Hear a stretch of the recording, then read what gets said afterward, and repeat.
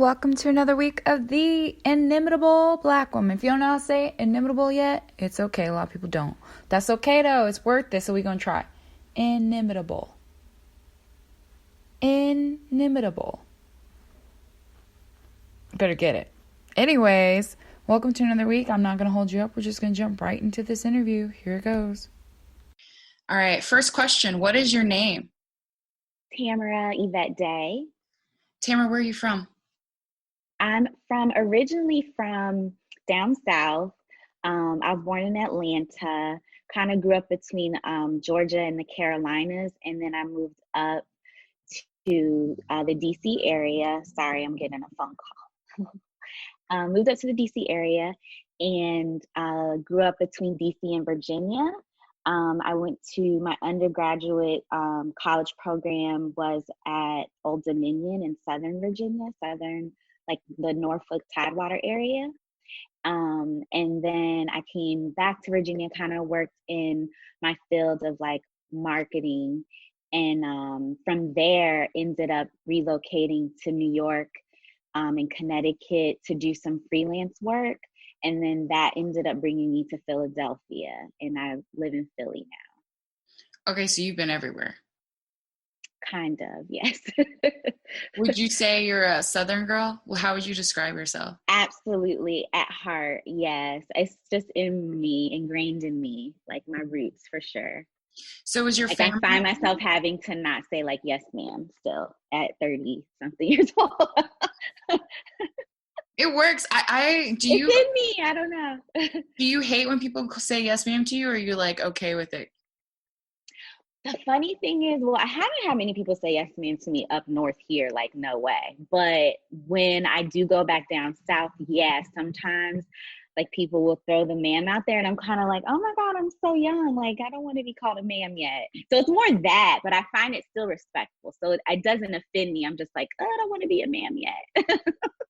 No, I don't think I'll ever stop doing it. I think it's just, even with people like your age, like it's kind of, I feel like it's just I acknowledge what you're saying and I respect your position. It's a position thing. Yes, exactly. So, and I know because I remember growing up and having people say the same thing to me, like, honey, don't call me ma'am. Like, and I'd still be like, yes, ma'am. Because I still felt like, well, out of respect, and this is what I've been, taught, you're older than me. So it's more of a, like, exactly what you said, showing respect, like revering them. So that's all. And I know that anyone that says it obviously probably has been, grown up in the same similar upbringing as myself. So I respect it. What are 3 words you would use to describe yourself? Perfectionist, which is something I want to work on not being, because it can bring a lot of anxiety. Compassionate, and I guess I'll say resilient. I kind of wanted to find a different word, but I'll use that one. So why resilient? Why like that as the kind of last word? I know you were fighting with it, but I was. What does that encompass? I think just looking back on my journey up until this, point in my life, I think there have been so many times that I've wanted to give up or pivot and, not focus on things that I know really bring me happiness, even though maybe at the same time I might not receive like the monetary benefit of it. But just the fact that I've, pushed through a lot of things that have been thrown at me, and all of that is why I would probably use resilient.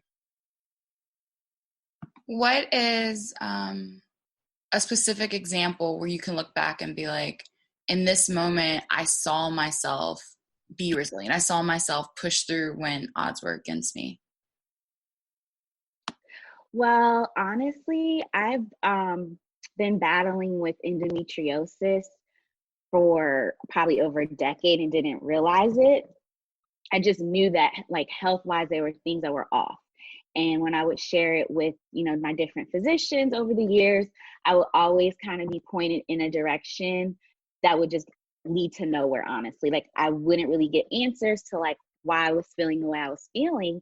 And through my own research and talking with friends that had endometriosis and me kind of self-diagnosing my own symptoms, really, it led me to doctors that could actually help me. But honestly, like, that decade was really rough, health wise. Like, I was just really going through it, and not having answers is really hard when you don't know why you're feeling the way you're doing, and it's impeding on your everyday life. I really could say for some years, every day it was either a struggle to get out of bed or a struggle to just have energy once I was out of bed to like accomplish just basic tasks some days.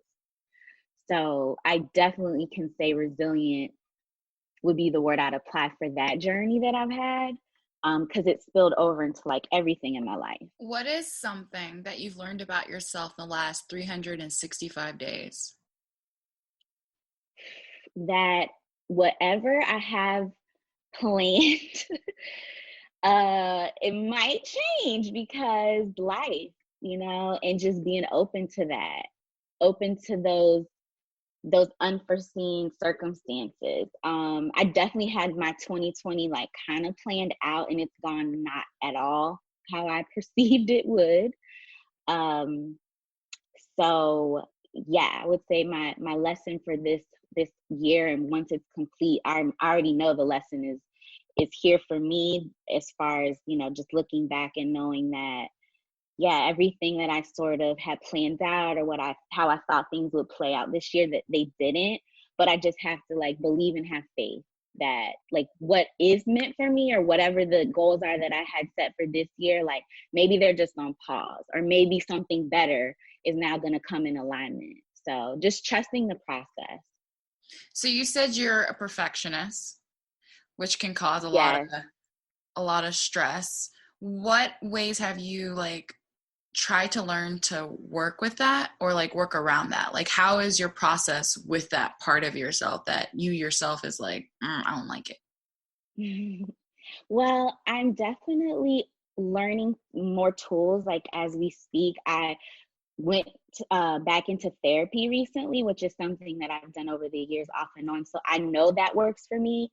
But I've needed more than that, because there's just been so much going on in the world, and it's been a little bit hard for me to balance all these emotions. So I'm finding that I'm leaning on other things like yoga, meditation, which I've also done off and on over the years, but I never really like correlated it with anxiety or depression, like as it being a tool to help me like, keep those things at bay. So I'm learning that they help me personally out a lot. So I'm trying to incorporate those things into like my daily like practice. If I can get it in the morning, that's best. But at some point during the day, like I try to make sure that I do something that helps kind of like center me and bring me back into like my body and awareness. Um, I'm also enjoying sound baths, which I literally just put on YouTube, and like I'll make myself a little like sanctuary of pillows, and I'll lay down and just listen to the tones coming from like the sound bowls, and like that helps bring my anxiety down. And working out too, just in general, like little workouts and stuff help. What makes you feel loved? Aww. Community. Community, like my community, my loved ones, my friends. um yeah, the little things, like reaching out, FaceTiming, like just letting me know that they're thinking of me, because I'm in Philly kind of alone. I don't have like family here. None of my good friends live here, so I do kind of find myself feeling a little lonely at times. And like just knowing that the people that I really hold dear, think of me and reach out and stuff like that, that's love to me for sure. Was there a moment in your life? Was there a moment in your life where you realized, like, I am a Black woman? Like, when did you notice that the traits of you being a Black woman is different from what other people's traits are, i.e., white, or what the world sees and things of that nature? I would say high school. I think that might be the first time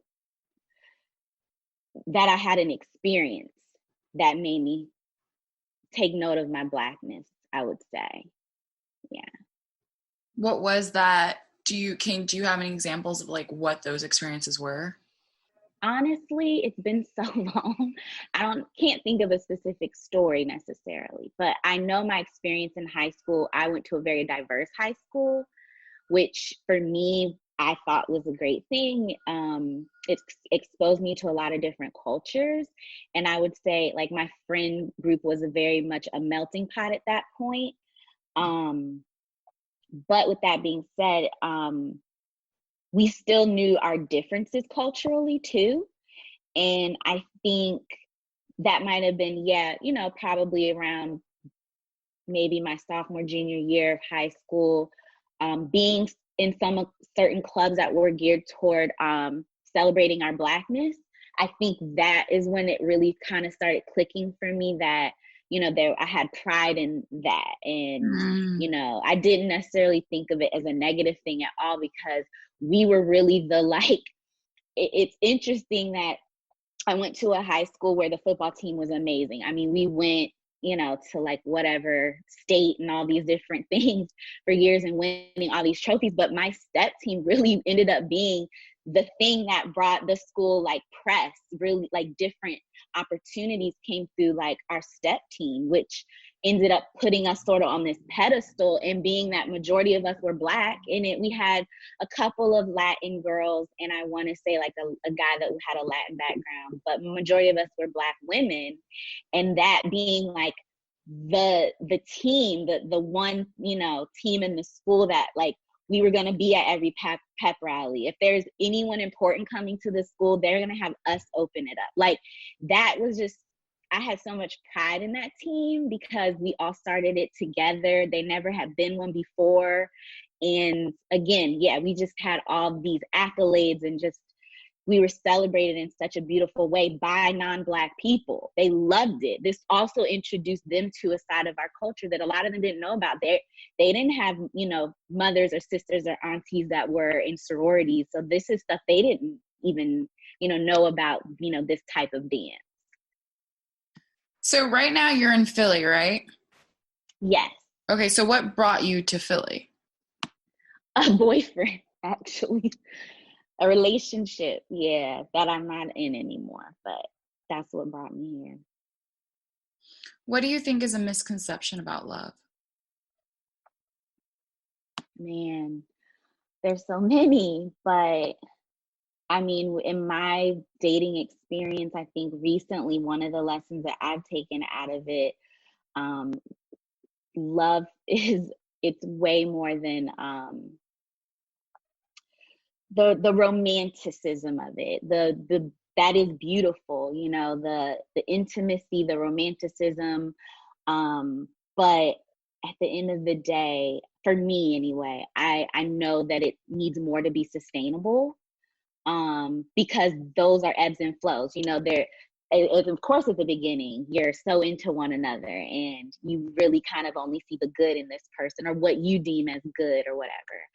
And as you're kind of getting to know each other, and you get to that point of like, well, now I kind of feel like I know you so well that we're not really in that lovey-dovey stage anymore. And you have to have some other things. You have to have other interests with one another.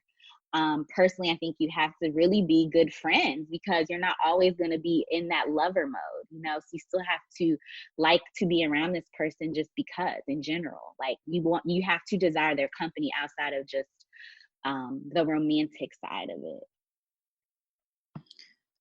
When is the first time you ever fell in love?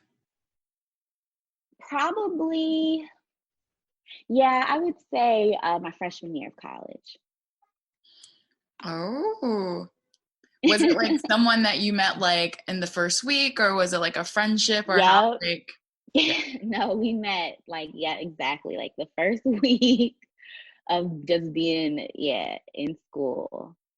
It was a very quick courting situation, but I was in love. I was in love for sure. How Yeah. did you know you were in love? Like, what did it feel like for you? It was just consuming me. Like at that point, I had had like a couple boyfriends in high school, and hopefully none of them hear this because they might have thought it was more serious. But once I met my college boyfriend, that was just a whole different experience for me. I felt consumed by him, like one of those things where I was, thought about him every day. If we weren't together, like I wanted to be together. My identity was very much wrapped in into the relationship. So it wasn't a very healthy relationship, honestly, but that was definitely my first love experience. How long did you stay together? About 2.5 years.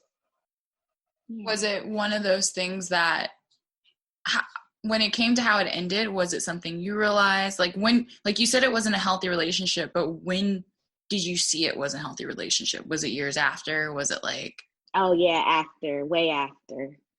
I broke it off with him, and we kind of feel like there was a little bit of a gray area, but ultimately we definitely ended up being completely done with one another, and he moved on and got a girlfriend way before I had anything going on seriously.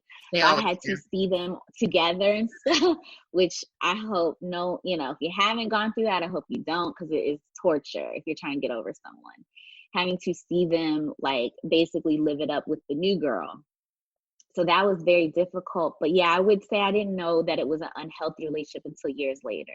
What are the most passionate things that you talk about these days? Like, what is the things that you're like, I could talk about this for hours? Like, what's your like spark when people are talking to you? I really do enjoy fashion. I always have. Um, I guess I would say things in related to the fashion industry still excite me. Uh, Being put on to new designers and like local designers and stuff, that those conversations are definitely very exciting. But honestly, I think at this point my conversations are, most of them are very like not necessarily exciting, but necessary. So, but I guess if I had to pick something that was on the lighter side and did bring me joy, then I would say, yeah, probably fashion stuff. So, I got to ask you, what do you mean by mostly the conversations you're having now are maybe not the most exciting, but they're necessary? What do you mean by that? Honestly, a lot of my convos with friends and family are around our mental health. We're all like checking in with one another and sort of honestly having our own mini therapy sessions.